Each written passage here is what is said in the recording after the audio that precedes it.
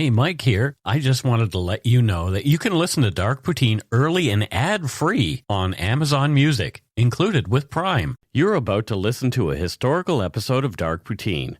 After episode 149, you will find Scott is no longer with the show.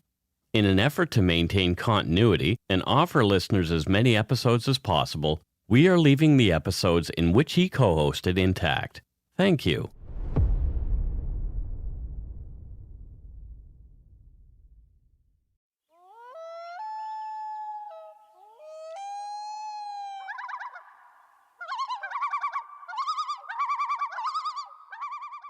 Welcome to Dark Poutine. My name is Mike Brown, creator and host. With me as usual is my good friend and co-host, Scott Hemingway. Say hello, Scott. Hello, glorious world. Oh, what a glorious world it is. Well, not directly outside of our place. No, it's torrential rain. Monsoony. One of the neighbors is building an ark.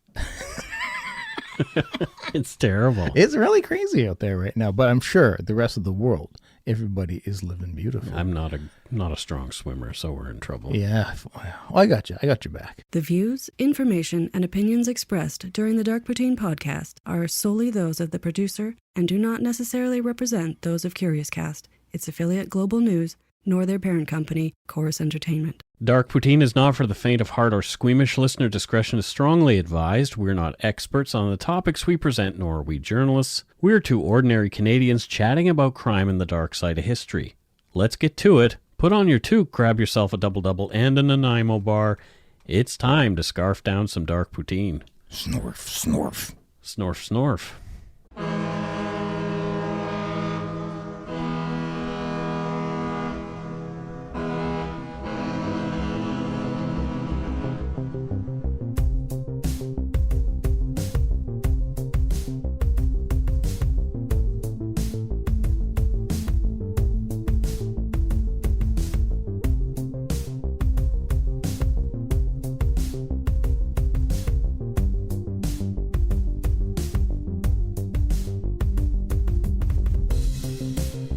All right, so CrimeCon is coming. Oh, I'm stoked. May 1st to 3rd. Yeah. Yeah. So I'm kind of looking forward to just getting some sunshine. yeah, right? Having taken the train and walking here in this rain, I really can't wait for some beautiful sun. No kidding. I'm going to wear my Speedo all around the convention. Oh, no. It's going to be great. Yuck. So if you have not bought your CrimeCon tickets yet, you use Poutine 2020 at checkout on the crimecon.com website for 10% off. Please use Poutine 2020. I mean, if you're going, why not save 10%? Exactly. Why not? And why not use our code? To help us out, to make this a little easier on us. And we're well over 7,000 now in the Umber Yard. We have just about broke 7,100. This is what happens when we talk about it at the beginning of the show. So that's our Facebook group, and that's all we're going to say about that. Yeah. The Umber Yard. Umber Yard. At 12:45 on Sunday, February 16th, we are going to be at Fan Expo Vancouver, and that takes place between the 15th and the 17th. But we're doing a live show. Yeah. On Sunday, so 12:45 p.m. The convention itself is a blast. You'll have an absolute hoot there. So why not go? Exactly. And also get to watch us do a live show. You know who announced that he's going to be there today? Who's that? Bruce Campbell. Oh, sweet Jesus. Yeah. So if you want to pay to see Bruce Campbell, that's great. And then just consider seeing us for free after that. Oh, I really hope we get to meet some of these people. I do like too. Just wandering about. Well, I plan on going for Saturday as well. Yeah, I'm going to try for sure. Yeah, let's do it. Yeah, for sure. And bring the cameras and everything. But plus, our friend Morgan Knudsen is going to be doing her live fire show there. Oh, so. Is she? Well, great. Yeah. I'm looking forward to meeting her. Yeah, it's going to be awesome. Right on. This is episode 110, the unsolved murder of Amber Tuccaro. Okay. And this is a case that people have been talking about a lot lately. Mm-hmm. They've mentioned it in the Umber Yard, but so many listeners have sent me things about it. I thought it was a good time to cover this. Yep. Just because it's a very compelling case. Yep. And it remains unsolved. Yeah. Amber Tuccaro was a 20-year-old woman from Mikisew Cree First Nation. She went missing on August 18, 2018, after she was last seen leaving Nisku Place Motel with a plan to hitchhike into the city of Edmonton, Alberta, just a few kilometers north. Mm-hmm. Sadly, on September 1st, 2012, Amber's remains were discovered on a rural property southeast of Leduc, Alberta, and south of Nisku. Amber's murder remains unsolved and has been on our list to do for quite some time. We chose to cover this now as there have been some recent developments in the news, and we'll address those as we go. Yeah. A flyer found on the Justice for Amber Tuccaro Facebook page reminds us that Amber Alyssa Tuccaro was a mother, a daughter, sister, auntie, granddaughter, cousin, and niece. 20 years old. 20 years old. So young.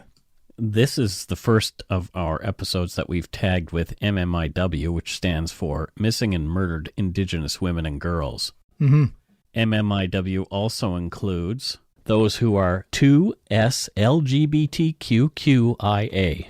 A little bit of alphabet salad there, but that's That's the Canadian politically correct way of saying two-spirit, lesbian, gay, bisexual, transgendered, queer, questioning, intersex, or asexual. And we talked about two-spirited in the past, and I really love that definition. Yeah, so if you want to learn more, Google is your friend. Yeah. If you're not already familiar with those things, there's some pretty fascinating reading out there.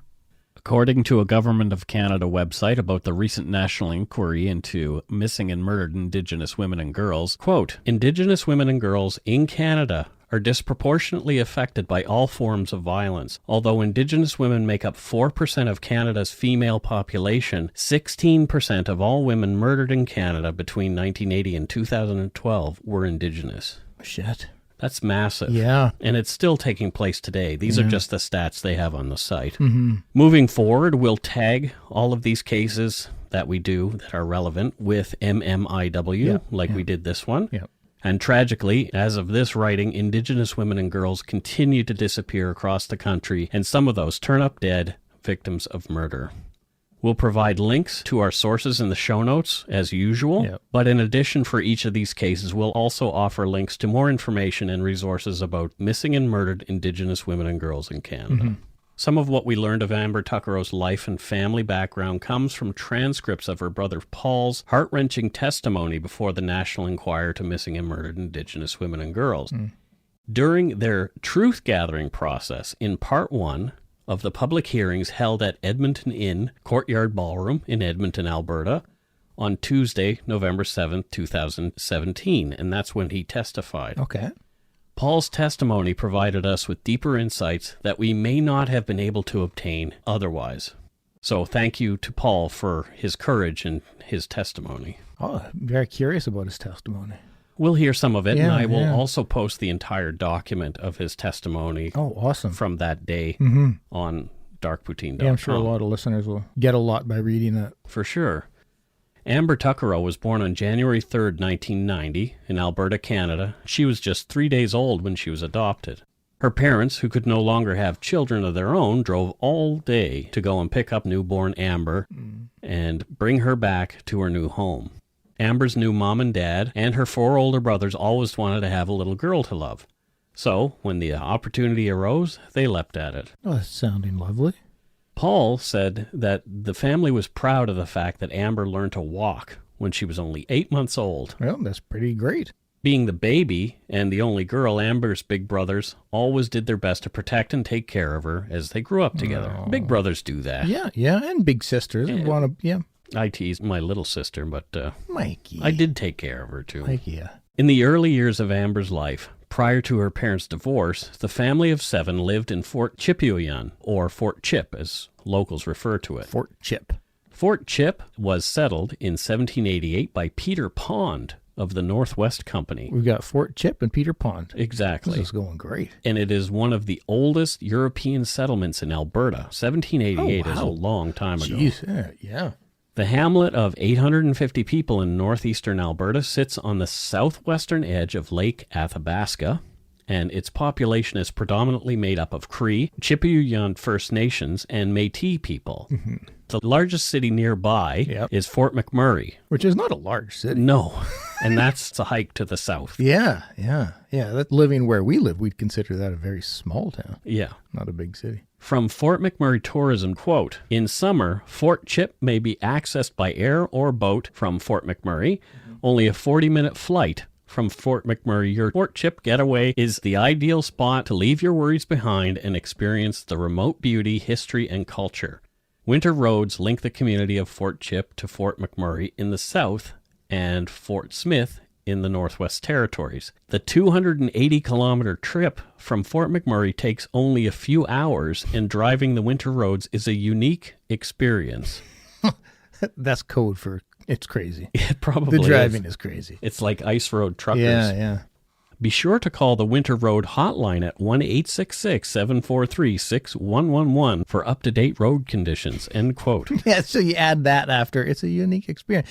Mike, if you said to me, hey, did you enjoy the restaurant you went to last night? And I said, well, I mean, it was a unique experience. What do you take from that? I would say that you were probably letting me know that it was not like anything else that you've done. Be on guard. Yeah, perhaps. When Amber's parents separated, Amber's mother left Fort Chip for a time, and her father also moved away. This left Amber in the care of her older brothers. Paul was the oldest and only 18 at the time. Welfare got involved. Yeah. Paul testified, quote, they wanted to split up our family, but they kind of knew our history and our background, so they didn't. Okay. He continued, family's important to me, and I knew I could keep care of my siblings, so they supported me until my mom or dad came back to Fort Chip. So the welfare folks were supportive of Paul taking care of the kids. This is legally an adult. So I just want to make sure I'm clear. So the parents separated and they both left the household? The father moved away and the mother went away for a time. Okay. But she later came back. Paul wanted all of the kids to stay in school, believing not only that education is important, but especially so in a remote community like Fort Chip. Mm.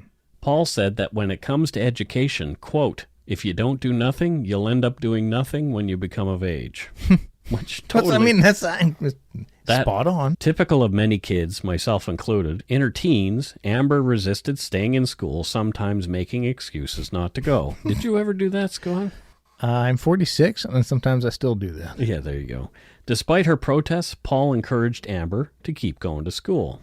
He said, quote, I always used to tell her, someday when she's older, she'd thank us for it. It may seem like nothing now, but in the future, ... Yeah. You know? He's correct. Exactly. Paul and Amber's parents had not had it easy either. Mm-hmm. They had both been to residential schools. Ooh. Their father had been kicked out for misbehaving after only a few days, but their mother, Vivian, who everyone called Tootsie, spent years in a residential school, badly damaging her psychologically. Mm-hmm. Paul said that he felt Tootsie's time there, quote, screwed her up, and having to deal with the trauma afterward robbed their family of precious time they could have spent together. Yeah, and for those who aren't familiar with the residential schools, I do recommend go do some Googling. Exactly. You'll understand the trauma they suffered. Residential Schools Canada into Google will tell you everything you probably need to make a good start on that topic. Yes, it's not going to be an enjoyable journey. So no. In the summer of 2010, 20-year-old Amber and a female acquaintance named Evangeline, whom she'd met only a few weeks before at the Unity Women's Emergency Shelter in Fort McMurray, flew one way on a WestJet flight from Fort McMurray to Edmonton for a brief getaway. Okay. Amber had her 15-month-old son Jacob with her. Jacob, of course, was her everything. After the brief flight, the women and the little boy checked into the Nisku Place Motel at 401 11 Avenue in Nisku, Alberta. And this is just a few kilometers away from the Edmonton International Airport, where they had just landed. Okay, yeah. Staying at the motel outside the city was much cheaper for the women who were on a tight budget. Yeah. Makes sense to me. Just, catch a bus or something into the city. Yeah. Apparently, Amber decided to go into the city alone, presumably for food. and decided that hitchhiking the few kilometers into Edmonton should be okay. According to Evangeline, Amber left Jacob in her care and headed out to the road to flag down a lift. The last person who'd heard from her that evening on the phone was her brother, who was in the Edmonton Remand Center at the time. Oh, okay, yep. I don't know what for, but he was there. The call came from Amber while she was driving with whoever had picked her up hitchhiking, and ended abruptly after Amber challenging the man about the direction they were heading. So, I think I've asked you this before. Have you ever hitchhiked? Yep. Yeah? Yeah, I've never done it. I have hitchhiked a lot. Yeah. And I have had weird experiences, but I've never had anything that I would need to report to the police. Yeah, I was one of those kids where it's just, I believed what I was told by media. So when you would hear, like, never hitchhike and don't hitchhike, in my mind, I just grew up with, like, no, that's a terrifying thing. I've hitchhiked around the South Shore of Nova Scotia a lot, and into Halifax a couple of times from the South Shore. That's 60 miles, so... Granted, I guess if you're coming from a very small neck of the woods where you kind of know everybody, it's probably a bit more common. And it was then, but we find out later there were serial killers active, like Michael McGray, and he was picking up female hitchhikers anyway. Yeah. Okay. So that night, Amber stopped answering texts. She was a prolific communicator, especially with her mom, but Tootsie was getting no response at all from her daughter, who would always answer back. Tootsie grew concerned about Amber and eventually phoned Evangeline at the motel in Nisku. Yeah. According to Paul's testimony before the MMIW National Inquiry, when Tootsie asked about Amber's whereabouts, Evangeline simply said she left. Also, according to Paul, Evangeline kept, quote, changing her story, and Tootsie, quote, kind of knew something was up. Okay.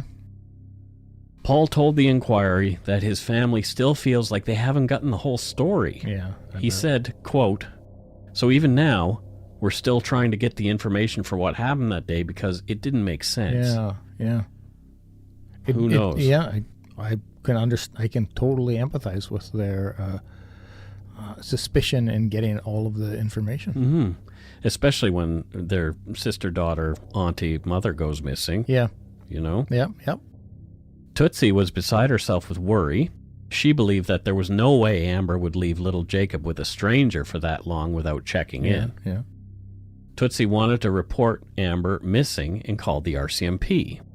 The RCMP told Tootsie she had to wait 24 hours before filing a missing persons report on her daughter. She later told CBC that she was disgusted by the response that she got from Leduc RCMP that day. Quote, even when I reported her missing, they asked me if she ever went missing before. Oh, she's probably out partying and she's gonna come home. She'll call. End quote. Oh, I know we've talked about this in the past as well, that 24 hours, wait 24 hours kills me. I understand why the police have to have that. Otherwise, all officers would just be out. Here's the thing, Scott. Oh, we've got to, here's the thing, do we? Yeah. Amber didn't call, and she didn't come home. Paul later told the National Inquiry, quote, we went online and checked it out, and we found that there's no law saying you got to wait 24 hours. What? There is nothing. It's a policy, not a... Exactly. Okay. So, son of a bitch. Why were the RCMP telling them this?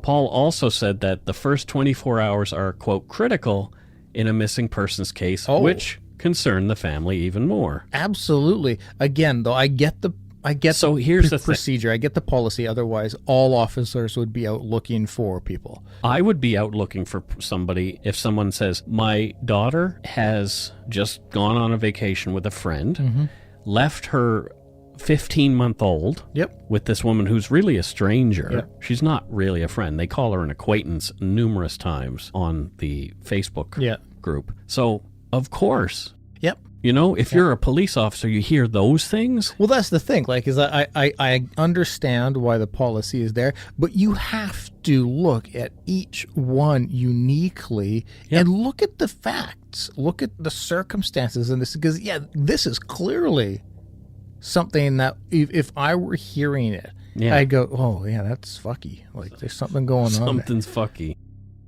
Tootsie was called by Child and Family Services to let her know that they now had Jacob. Evangeline had turned him over to them. Tootsie went to Edmonton to get Jacob back, but ran into difficulty when attempting to retrieve him from the ministry's care, as even though she was his grandmother, she was not his legal guardian. All right, well, go help find his legal guardian. Exactly. That's exactly my take on it, too. Yeah. It's like, okay, but I'm the next best thing right now. Yeah, and you're not looking for the legal guardian who's missing, so yeah, I'm here. RCMP officers were eventually sent to the motel to retrieve Amber's suitcase, but it had been sitting there unguarded for a couple of days. Holy shit. Anyone could have tampered with it, perhaps even removed key bits of evidence that could have given investigators something to go on. Well, I mean, even trying to do the right thing. Well, let's see if I can find out whose this is, and you open it up and you're moving. They did that later. They didn't seek out Evangeline right away to have a conversation with her until long after Amber had been gone. Good God. According to an article on the Red Power Media website published in May of 2015, quote, on September 4th, less than 3 weeks after Amber Tuccaro's disappearance, a media relations officer with Leduc RCMP was quoted in a local newspaper saying, quote, we don't have any reason to believe she is in any danger. We know that she is in the Edmonton area, end quote. And according to RCMP spokesman Mary Schlosser, quote, the accuracy of this media comment is now under CRCC review, end quote. But, like, really? They're just so quick to disregard Amber. Yeah, well, her family wasn't. Despite the RCMP's comments publicly, Amber's family was beginning to fear the worst. They thought that perhaps something terrible had happened to their daughter. Yeah. And I want to make it clear, we are huge fans of law enforcement. We think they are absolutely amazing people. But we don't fetishize them. We don't, and it doesn't mean that we're not going to hold people accountable, whether at law enforcement or a private citizen, when we see something that is just wrong. Yeah. Amber was finally put onto CPIC, the RCMP's missing person database. According to Paul Tuccaro's testimony, the family was told that the only way Amber would ever be removed from the database was if the RCMP were, quote, 100% certain that she had, quote, physically been seen. Okay? Mm-hmm. Well, this wasn't the case. Paul testified the ad was out there for a bit, meaning a few days to a week. Yeah. And all of a sudden, my sister got taken off because somebody in some reserve said they seen my sister in a gas station. But there's no corroborating. There's no video surveillance. It's just somebody said that. Another person said that Amber had been active on social media, but this also turned out to be false. Because you know what you can do. Look. Go and check social media. Well, they didn't. Even though these claims were proven erroneous, getting Amber back onto the missing persons database seemed like an uphill climb. They wouldn't do it at first. Precious days and weeks went by as the RCMP dragged their feet, reactivating the file. Yeah. At the time of the national inquiry, the family still had no idea how this mistake could have happened, and they'd heard no explanation at all from the RCMP. They absolutely, the RCMP absolutely know why that was done. Oh, yeah. From a later RCMP release, quote, Amber Tuccaro, a resident of Fort McMurray, was visiting the Edmonton area when she was last seen in the early evening of August 18, 2010, in Leduc County, Alberta. She was 5 foot 6 inches tall, 167 centimeters, had brown eyes. At the time of her disappearance, she was 20 years old, weighed 144 pounds, 65 kilograms, had black hair with blonde streaks, and may have been wearing a purple Bench brand hoodie. So there's the description of her. Amber's family worried for over a year without any real news about what had happened to Amber. Oh my God. So parents out there, just imagine this, please. Imagine there's no massive search. Your child goes missing. Yeah. You come home from work today and your child is missing. Mm-hmm. You contact the authorities. Even though your child is 20, but still. You're freaking out. Yes. Imagine that. Your kid is missing. You're freaking 100%. out, and you're reaching out to the people you're supposed to reach out to help you. My kid's missing. My kid's missing. Sorry, no can help. And you're just, what do? You can only do so much as an individual. Oh, my God. I would. Yeah. They knew because it was an open investigation, RCMP would play their cards close to the vest. Yeah. but no information at all. That's a pretty big vest. Bad news came with a phone call. Paul paraphrased what happened during that phone call from the RCMP in his testimony at the MMIW National Inquiry. Quote, "We got a call from them and they said, quote, okay, we know your sister is gone. Like, she's passed on. She met with foul play, so we think you guys should have like a memorial or something. Not a wake, but something like because we know she's passed on." And we're like, well, where's the body? How do you guys know that? Yeah. Where's the proof? Yeah.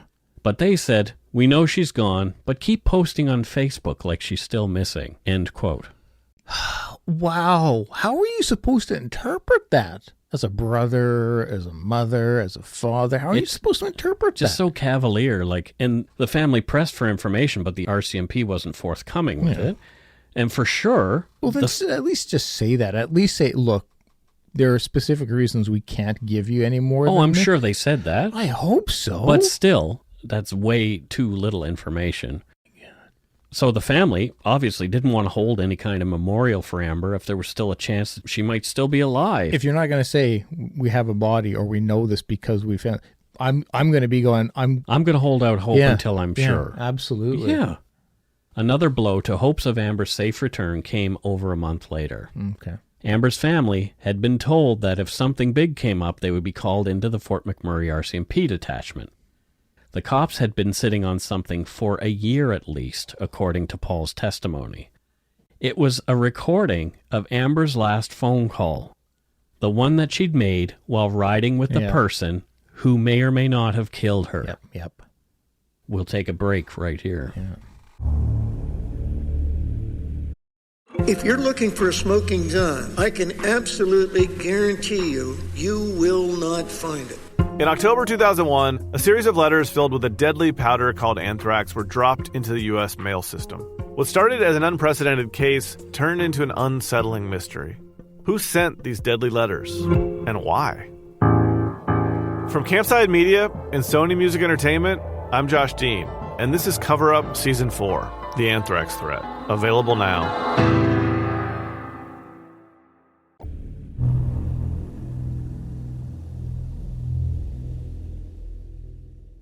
Isn't this crazy? Like, this is proof of that systemic racism that people talk about. It is concrete. Yeah. Proof of if it. she was a white girl, Absolutely. never would have happened. Yeah, I absolutely agree.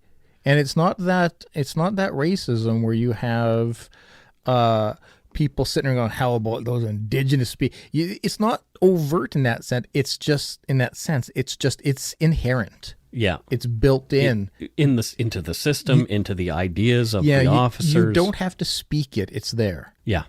Yeah. There's around 17 minutes of audio that they got of Amber's last phone call. Some parts of the call were bleeped out, possibly for evidentiary reasons. Yeah, okay. But it was definitely Amber. Hearing her daughter's voice over a year after she'd gone missing was traumatic for Tootsie. Oh, my God. No kidding. But she was also upset that she had not heard it sooner. Right?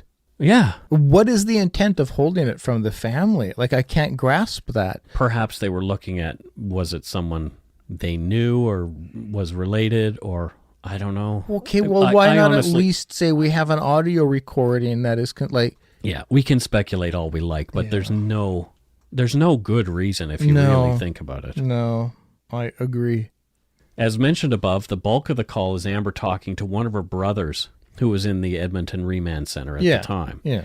There are also interactions between Amber and the man who she was riding with. Yeah. Tootsie and the rest of the family had no idea who the mystery voice belonged to.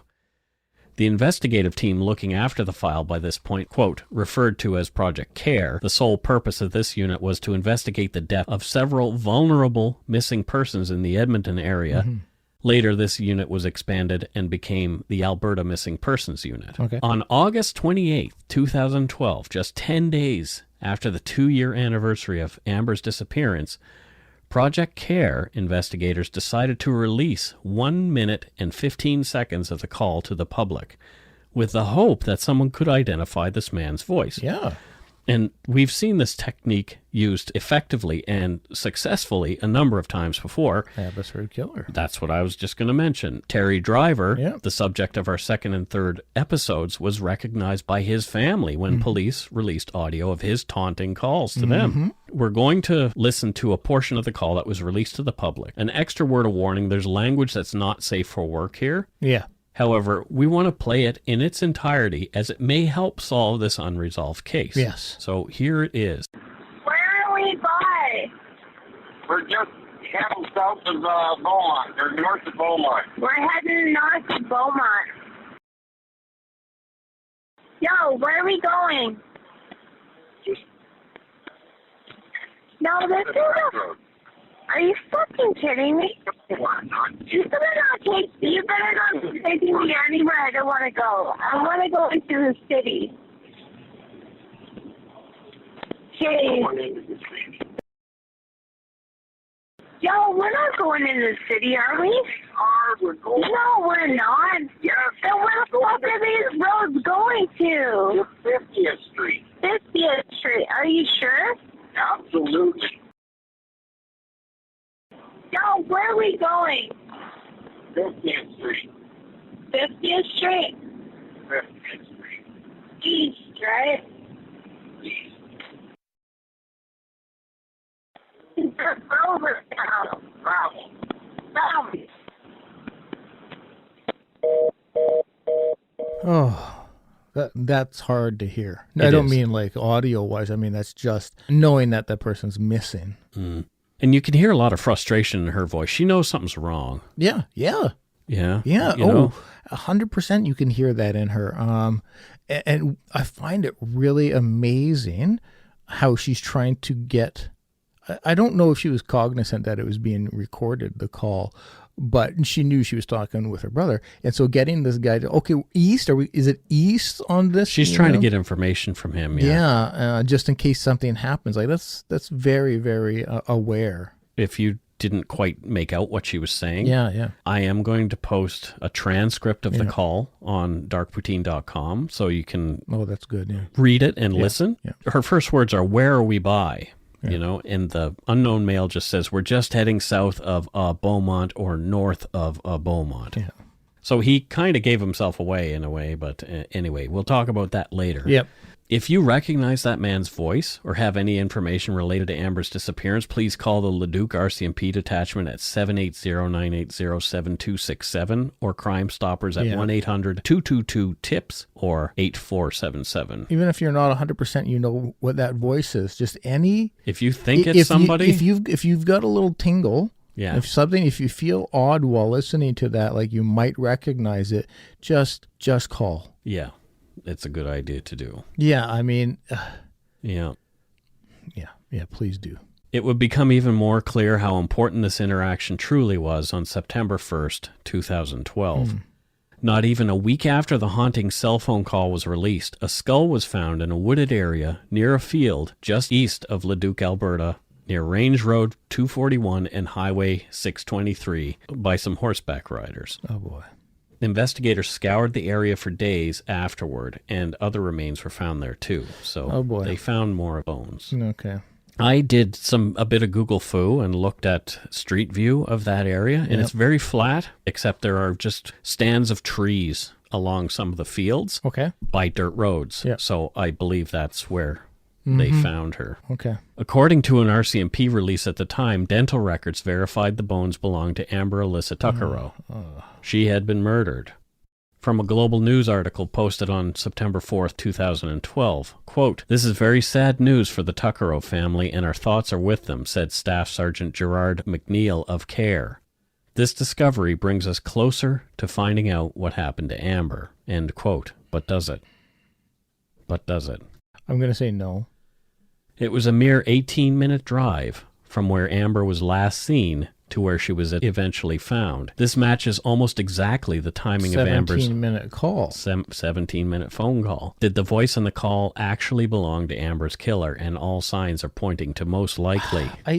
What are the odds that it's not? I mean, Right. or circumstantially, like that's just two lined up. And if this individual could say, yeah, I took her out there and dropped her off, I don't know what happened to her after. Yep, for sure. And that would likely be what they would say. But because the phone, she didn't hang up the phone. She wasn't like, No. oh, okay, I'm going to go now. Yeah. So she knew something was up. We probably heard, Yeah. the moment where something started to happen. Yeah. And that's just devastating.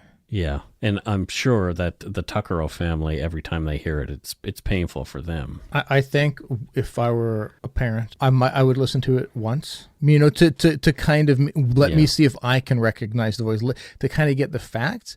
I don't know if I'd be able to ever listen again, but I think Tootsie or Vivian, her mom, helps to manage that Facebook page. Yep. That I was talking about. Yep. And she posts about this voice a lot. Yeah. So please listen, please listen. Yes. I don't know, like you say, if she's listening herself, but she wants others to listen.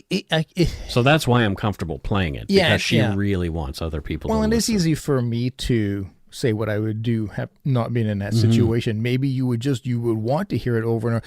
It's like you get to hear your kid's voice. Your missing child's voice, you get to really, you're going to want to analyze so it's tough to say. I can't really say what I would do. Yeah. But, it's difficult either way. I have a feeling you would want to analyze it to death. I know Scott Hemingway, and I think you would just be analyzing, looking for something. Most likely so. Yeah. But it's just like, maybe once you've got everything figured out, maybe once there's a conclusion, I would say never again. Never again, yeah. Never again. Yeah. But it's also like that's Yep. the last words of my child. I'm going to want to hear that. Yep. Let's listen to the audio of the unknown male voice that's been isolated. Yeah. So Amber's side of the conversation and whoever else's has been removed. So we hear only this guy's voice. Yeah. Oh. Yeah. So let's listen. We're just heading south of Beaumont, or north of Beaumont. We're going to 50th Street. Absolutely. 50th Street. 50th Street. We're just heading south of Beaumont, or north of Beaumont. We're going to 50th Street. Absolutely. 50th Street. 50th Street. So That's actually quite helpful to hear. And just his him, voice, yeah. Because it would probably be easier to identify somebody using that method. Yeah. So please, if you need to, listen to it again. That will also be on the darkpoutine.com website in the post for this particular episode. Okay. And I'm probably reading way too much into this, but I think I hear this weird sense of excitement in this guy's voice. Like he was up. I could hear that he was like up but angry. I hear frustration. I hear him getting like on the verge of yes, 50th Street. Yes, like he wants to get somewhere. Like he wants to get somewhere and he wants her quiet. Yeah. He doesn't want to hear her anymore. He doesn't want, just stop questioning me. It's chilling either way. Incredibly chilling. Amber's family did have their memorial and buried her remains. What little faith her family had in the RCMP was completely gone by this point. They felt that more could have been done to look for Amber earlier, and it may have even saved her life, or if not, her killer might have been identified. They wanted an apology, but the RCMP refused to acknowledge any wrongdoing. Oh, God. Years had gone by with various tips that have appeared interesting, but no resolution in this case. Mm-hmm. In March of 2014, the Civilian Review and Complaints Commission, there's what CRCC stands for, yes. began their own investigation into the case after a complaint was filed by Amber's mother. Good. In her complaint, Vivian Tuccaro alleged that the RCMP members of the Leduc detachment in Alberta failed to conduct an adequate investigation into the disappearance and subsequent death of her daughter, Amber Tuccaro. Absolutely. It took a full 4 years before the report was fully investigated and released. Okay. From the Commission's final report, after Commissioner's response in 2018, quote, in summary, the Commission found that the investigation into Ms. Tuccaro's disappearance was deficient in that various members were either not properly trained or did not adhere to their training, and that various members did not comply with policies, procedures, and guidelines. The report also identified shortcomings with the existing training, policies, procedures, and guidelines. End quote. It stops short of admitting to systemic racism. Yes. But it's admitting that fault. We screwed up. Right. In late July of 2019, this past year, Deputy Commissioner Curtis Zablocki, commanding officer of Alberta RCMP, issued an apology publicly to the family of Amber Tuccaro for how the investigation into her disappearance and homicide was handled. Here's some audio of Deputy Commissioner Zablocki during a press conference as covered by Global News. Thank you for taking the time to meet with me today as we gather on Treaty 6 territory, traditional land, and home for many Indigenous people. Before I begin, I want to express my deepest sympathy for your family's loss. Please know that the RCMP remains completely committed to searching for the person responsible for taking Amber from you. I'd like to commend you for the courage to talk about your difficult experiences searching for Amber, your daughter, sister, and mother. Amber was a beloved member of your family and of the community. I fully acknowledge that in the early days of our investigation into Amber's disappearance, that it required a better sense of urgency and care. We agree with the Civilian Review and Complaints Commission that in 2010, our Leduc Detachment's initial missing person investigation was not our best work and was not in line with our established practices, procedures, and guidelines. At the beginning of this investigation, the RCMP was not the police service we strive to be. On behalf of the RCMP, I am truly sorry. Although the past cannot be changed, it is important to remember and learn from it. This is necessary in order to move forward. I can tell you with confidence that the RCMP is listening and learning from families such as yourselves. This includes building trust with family members by providing timely communication and requiring more oversight from senior management teams. We are committed to addressing the recommendations laid out in the Civilian Review and Complaints Commission's report. I've personally reviewed each recommendation, several of which we had already implemented when the report was received in 2018. I'm grateful that your family has continued a dialogue with us over the years, however strained and difficult it may have been for you. I'm committed to continue to hear your truths, heal, and improve upon the relationship we have with you as we strive for the same goal, finding justice for Amber.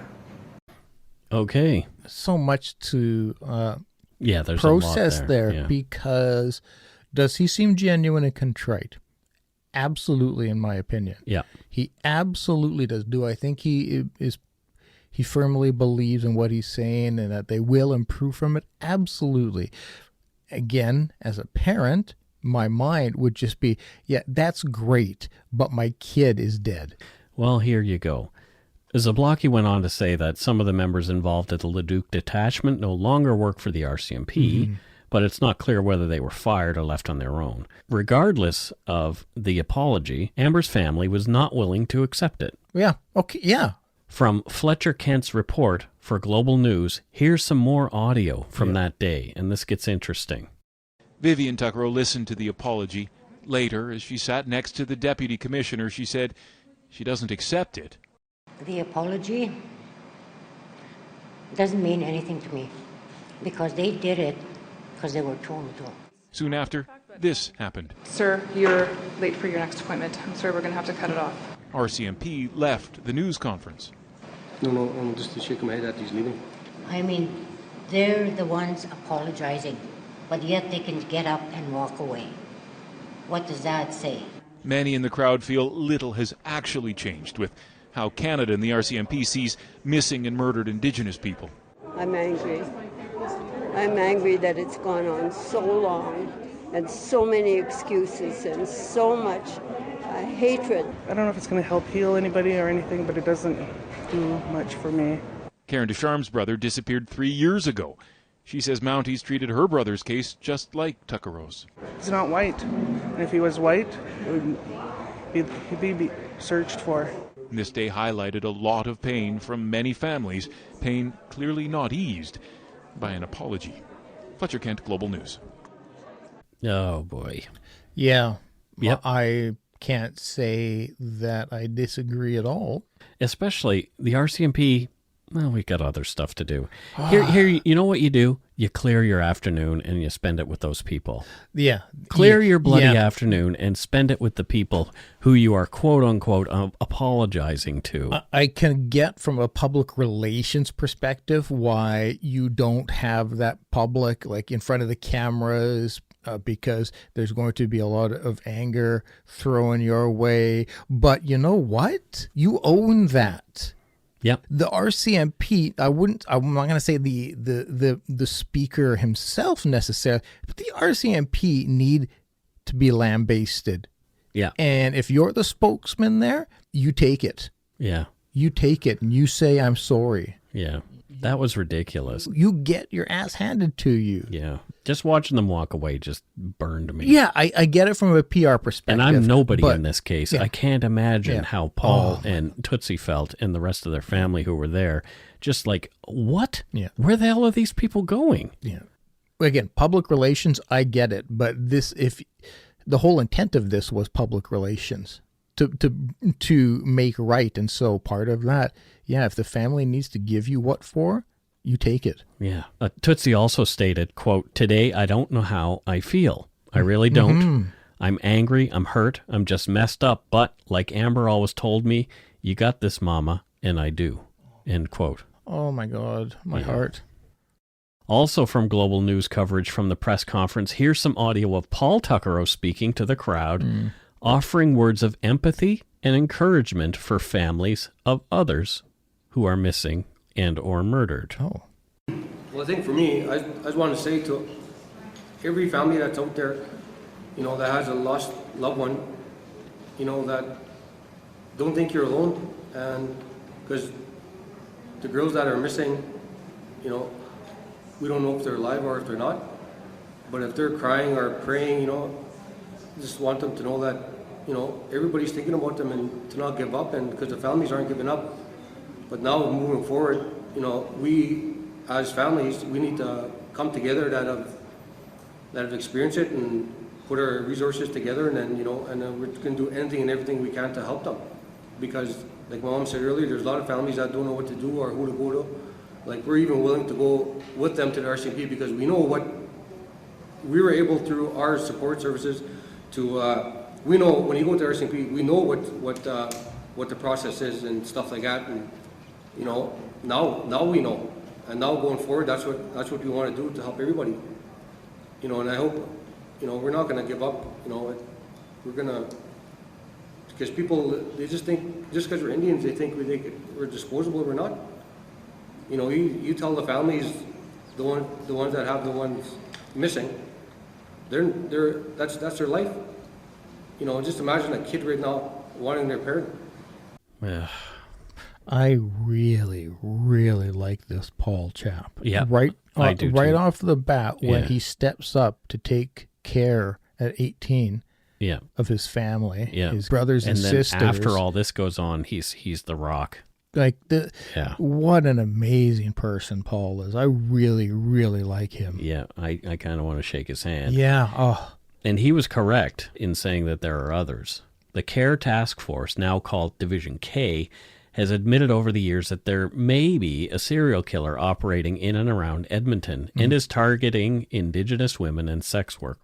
Which we see often. There are 4 other homicides of women whose remains have been discovered in Leduc County, sort of close to where Amber's remains have been found, and they may be victims of the same serial predator. Edna Bernard, 28, was found in 2002 from a CBC article on missing and murdered Indigenous women. Quote, a friend saw Edna in a vehicle with unknown people in Edmonton on September 22, 2002. Her body was found in a farmer's field in Leduc, Alberta, the next day. She had been strangled, her body lit on fire. Ooh, end quote. Shit. That's one. From the same CBC database, Katie Sylvia Ballantyne was a 40-year-old mother of 4 when a friend reported her missing to the Edmonton Police Service on May 5, 2003. A farmer found Ballantyne's remains in a field near Leduc, Alberta. On July 7, 2003, family members say they last met with investigators in 2013 but learned no new details. So 10 years after. Yeah. In April of 2015, the skull of a 32-year-old Métis woman named Dolores Brower was found near Raleighview in Leduc County. She'd gone missing nearly 10 years prior. Also, from the gatewaygazette.ca, as reported, the RCMP recovered the human remains of Dolores Brower on April 19, 2015, from a rural property near Leduc. Police were notified of the discovery by the landowner. Today, the RCMP announced that they know that some of the human remains found that day belonged to Corey Renee Ottenbright of Edmonton, who had been the subject of a missing persons investigation since July of 2004. Holy shit. Corey had been identified through DNA. There's some creep who is taking women out there, killing them, and leaving them in fields or near trees or whatever. And it's a dumping ground. And all roughly around the same time, within a few years, am I gathering? It's within 10 years of every okay, because I thought a bunch were found 10 years later, so I thought reverse mathing. No, but yeah. It's all within, close 2000 and proximity, 2010, there's 5. Yeah. Amber was not a sex trade worker. We need to get that straight, but the 4 others were. It appears she may have simply been a target of opportunity for this predator. Who was out hunting that night when Amber just wanted a ride. Yep, easy pickings in his mind. Exactly. It's like, oh, well, I don't even have to, lure her into my car. She'll just get in. Yeah. All she wanted was a ride to Edmonton. Yeah. That's it. Yeah. A few local men have been accused in various social media posts over the years, and we're not going to name them here. This brings us to today, where just this past week there have been new allegations. People have been talking about it on the Umber Yard. Yeah, it's blowing up. This Global News report lays it out. RCMP are investigating a tip from a man who believes his father was involved in the death of Amber Tuccaro. Police confirmed they were investigating after the man made the claim in a widely circulated social media post. It has since been taken down. The man alleged his father may also be involved in a number of other missing persons files, though RCMP say many of those cases have already been solved. Amber Tuccaro was 20 years old when she disappeared in August 2010. In 2012, police released a chilling cell phone recording between her and an unknown man. It's believed to be the last time anyone heard from her. A week after the audio was released, Tuccaro's remains were found in Leduc County. So there you go. Before you jump to conclusions and you hop on this guy did it train with this social media post. Yep. Be very, very careful. This is why we're not talking about the person. We're not mentioning the son. From a media release on the RCMP's website from January 24th, 2020, quote, in early December 2019, the Banff RCMP was contacted by a male who alleged that his father may be responsible for a missing person from the Banff area. Yeah. The male also stated that he believed his father may be linked to numerous missing persons and homicide files in Alberta. On January 20th, 2020, the male advised RCMP that he believed his father to also be involved in the disappearance and murder of Amber Tuccaro, end quote. It just sounds like this guy's throwing enough stuff at the wall that he hopes some of it will stick. Maybe he resents his father for some reason. Maybe there is some veracity to what he's saying. Yeah, like I'm hesitant to choose one side or the other because if there is weight to it, I don't want to steer people away from it. We watched this video. Yes. And from my perspective, I couldn't notice a similarity between the voices. Yeah. I mean, the only similarity I heard were the accents. Yes. I mean, it was a man's voice. Yes. and a man who had a bit of a deep voice. Yes. And they had the similar Albertan accent. Yes. Now, again, always trying to be diplomatic and look at be objective. They were recorded on different devices, so that will make the voice All sound kinds of things like differently. that, Different times in life. So there's a lot of reasons why it might not sound completely identical. But so we were told to listen for. It was recommended to listen to so that you could hear the comparison. Yeah. And to me, they didn't gel. But I'm not an expert. I'm not in law enforcement. Yeah. I can barely spell my name. Well, so there's 2 T's. That's why it's on my back. It helps me. I'm not an expert, but I'm also going to be honest and say there were more dissimilarities than similarities. I agree. Yeah. And I think it's best for us to let the professionals do their jobs, although in this case, as mentioned, they kind of bungled things early on. Yeah, that's true. And I do recommend that people go and judge for yourself, take a listen, and if it's still available, because it sounds like it's not, but make your own conclusions. I mean, maybe you listen and you have a very different opinion, or you listen to hear the similarities, but then recognize the voice yourself. So I still recommend listening. Yeah. Or watching, however you choose to. There you go. So let's finish this episode by reminding everyone of the possible perpetrator's voice. Yes. With the isolated audio from Amber's last call. Yes. With just this male unsub. Yeah. And so we'll play that for you again, just one last time. Yes. We're just heading south of Beaumont, or north of Beaumont. We're going to 50th Street. Absolutely. 50th Street. 50th Street. We're just heading south of Beaumont, or north of Beaumont. We're going to 50th Street. Absolutely. 50th Street. 50th Street. He does say absolutely a lot like me. Absolutely. Well, he has said it twice because they repeat the call. No, I know, but he says it pronounces it the same. Oh. Absolutely. Yeah. Because you're from. So even, and if you, as a listener, it's easy to sit there and go, I've never been to Canada, let alone Alberta. Well, how could I recognize the voice? You never know. Maybe this person traveled. Just listen. And you were at the same hotel as him once and recognize, Again, if you recognize this man's voice or have information related to Amber's disappearance, please call the Leduc RCMP detachment at 780-980-7267 or Crime Stoppers at 1-800-222-TIPS. That's 8477. And thanks to a listener friend of ours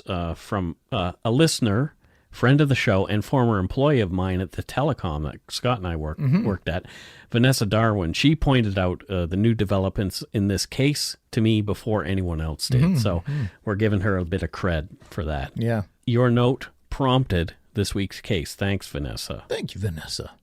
So that's it for this one. Whoa. Yeah. I'm hoping that the right person hears that call someday. And because it's in the news again, I thought this was absolutely relevant to do this particular case today. Well, and because it's still unsolved, yes. Mm-hmm. Maybe we can. Yeah, and even with these new developments, even Amber's family is saying, please don't get overly hopeful and, you know. Yeah.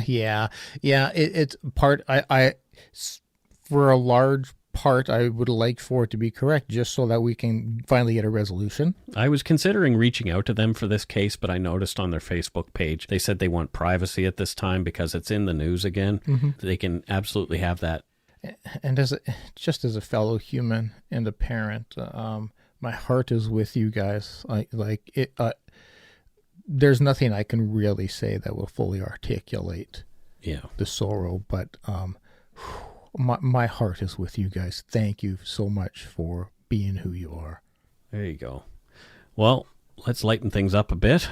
Whew. We'll start with some voicemails, and you can leave us one at 1-877-327-5786 or 1-877 Dark Putin. DARKPTN. That's 1-877 Dark Putin. Dark Putin. And if your call really stands out, you might hear it on the show. Mm-hmm. If it stinks balls, you might not. Hey, Mike and Scott. This is Michael Adams calling from Qualica Beach, British Columbia on Vancouver Island. Just want to say me and my wife love your show. Yeah, gets me through our day at work there. And hey, if you guys are interested, maybe take a look at viewing the Surrey 6 shooting. That's an interesting one there. Anyways, thanks for all the awesome shows. Go shit in your hat. No, Michael, you go shit in your hat. Michael sounds like a pretty gnarly dude. He does, but he's asking about a case that we're not going to cover. We don't want to die. Right. Yeah. And that's all we're going to say about that. Yeah. Because this is our neighborhood. Yeah, we have to live here. Yeah. People are still going pew-pew here. It's still murdery. It's still quite murdery at times. So we want to be murderless. We're doing it for you. We're not going to cover it for you because we want you to be able to enjoy more episodes. Dark Poutine. So tell your wife thank you for enjoying the show as well. And Yeah. thank you to you. And your suggestion wasn't a bad one. No, it's just one we don't want to die. Yeah, we would cover it if we lived in a bunker. I'm fascinated by it. I have a friend whose cousin was one of the victims, but I'm good. Yeah. But also, Qualicum Beach is really nice. It really is. It's a beautiful location. So thank you, Michael Adams. Let's listen to another one. Okay. Hi, I'm like trying to reach Bob or Doug McKenzie. I'm supposed to meet them at the Yumber Yard. The Yumber Yard. That has to be a typo. Anyway, I got your mouse in a bottle. And I'm not sure what this has to do with Dark Poutine, but get in touch with me. So I'll see you soon. Oh boy, that was awesome. Oh no, that was awesome. I'm glad you got the mouse in the bottle. Elsinore beer. Elsinore, yep. Oh my God. Yeah. For those who don't know. Yeah, watch Strange Brew. Strange Brew. You actually, if you watch Strange Brew and you're not a Canadian, you get immediate citizenship. Is that what happens? Yeah, it gets mailed to you. Like they know. They know you just don't get any health care. No, you don't. That's not that easy. But you do become an immediate citizen because that's about as Canadian as it gets. Oh, good Lord. Yeah, that was really funny. I needed that. Well, thank you very much for that particular one. Yeah. Beautiful. We're going to listen to another one. Hi guys, this is Alexandra from London, Ontario. I love you guys so much. I listen to over 90 podcasts, and yours is one of the ones I very much look forward to dropping every week. So just wanted to say thank you for all that you do. You do make a difference to a lot of people, I'm sure you know, but just letting you know there's one more person out here that's a big fan and really hoping to hear lots more from you guys. Wondering if you might want to consider a case from here in London. There's, of course, lots of cases, but the one that was pretty newsworthy a few years ago was the Banditos. They had a big mass shooting here, so it could be an interesting case. But in any event, love your show, really love you guys and your interaction and your banter and your respect for the victims and all that you do. So thanks again. I look forward to hearing more and have a great day. Bye.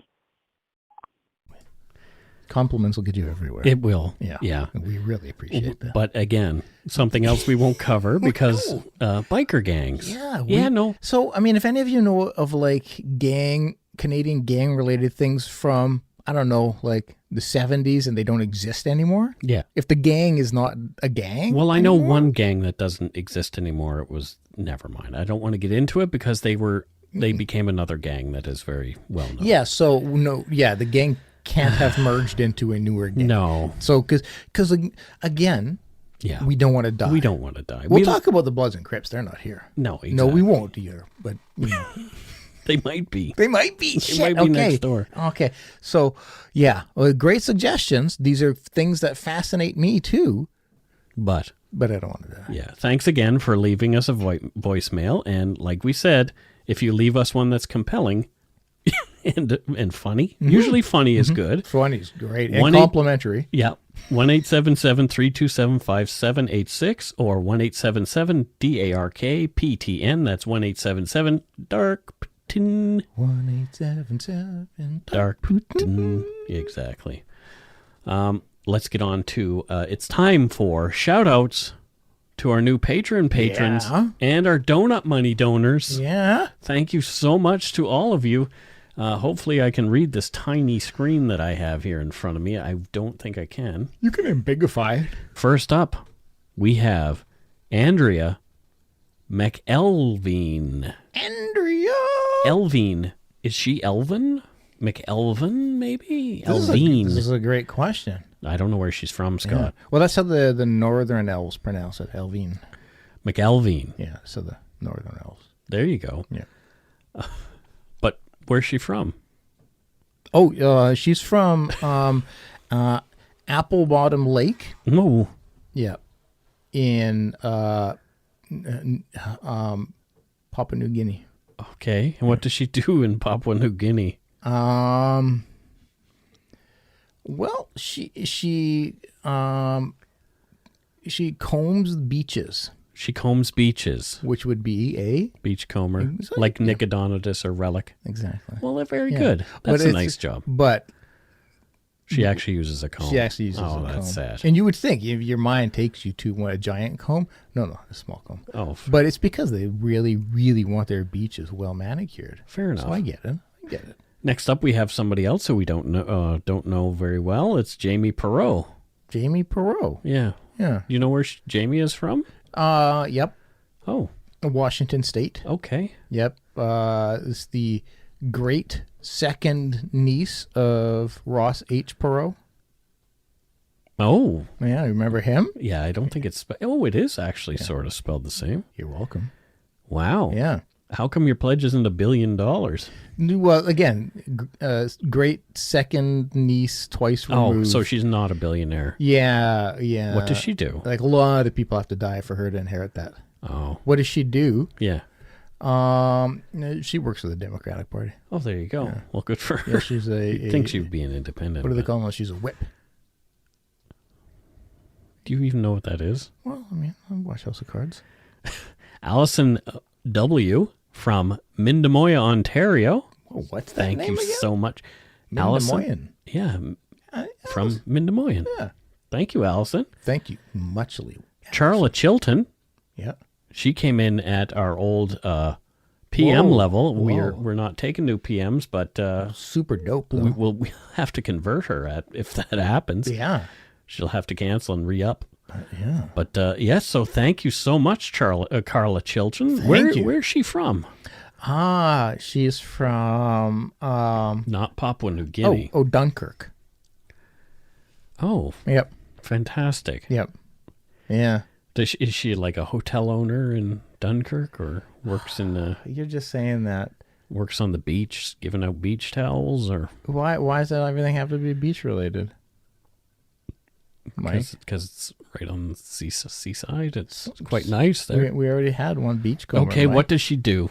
Yeah, she works at a hotel. Oh, fantastic. She works in the laundry. Oh. She works in the laundry there. There you go. And she irons irons towels. Okay. Yeah. Next up we have Lindsay. Yeah, hey Lindsay. I don't know where Lindsay's from. Yeah. Lindsay is from... Oh, God. I think we've had people from there before. East Dakota.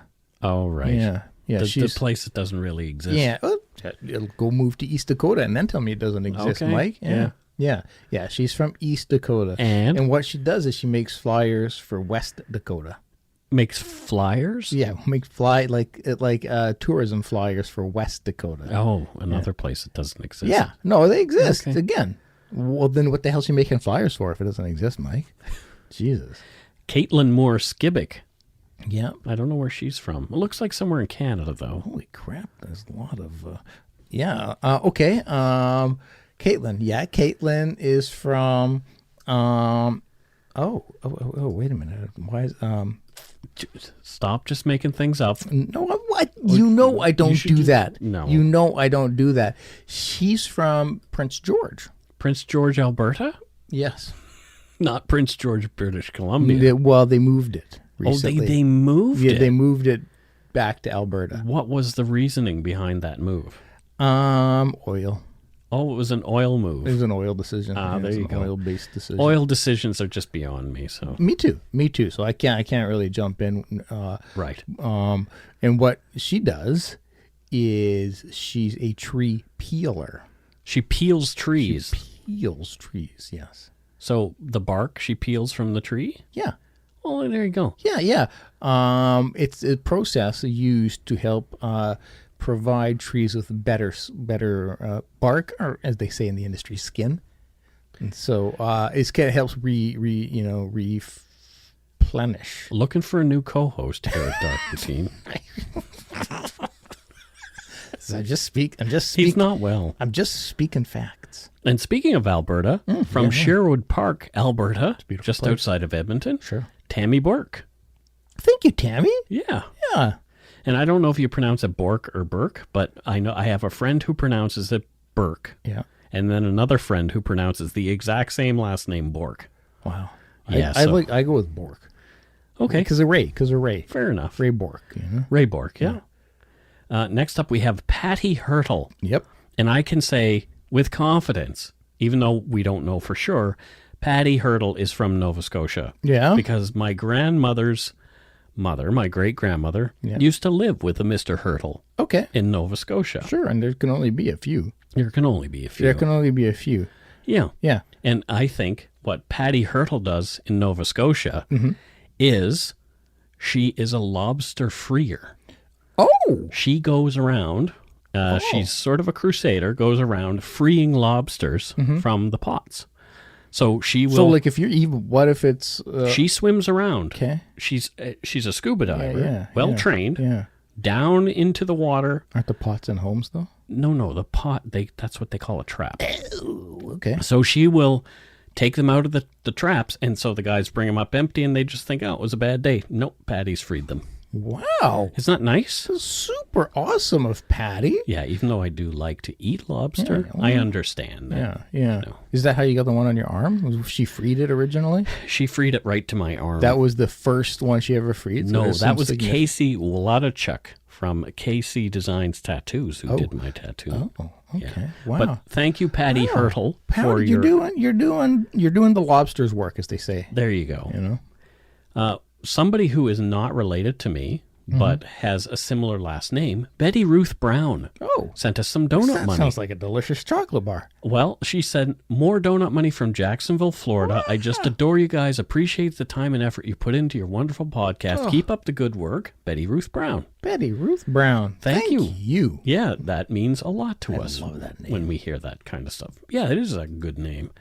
And also, we got a donation from Irene Briand. Thank you, Irene. And she doesn't say where she's from or who she is or what.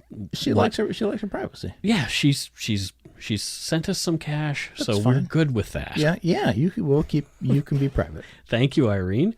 And lastly, but not leastly, so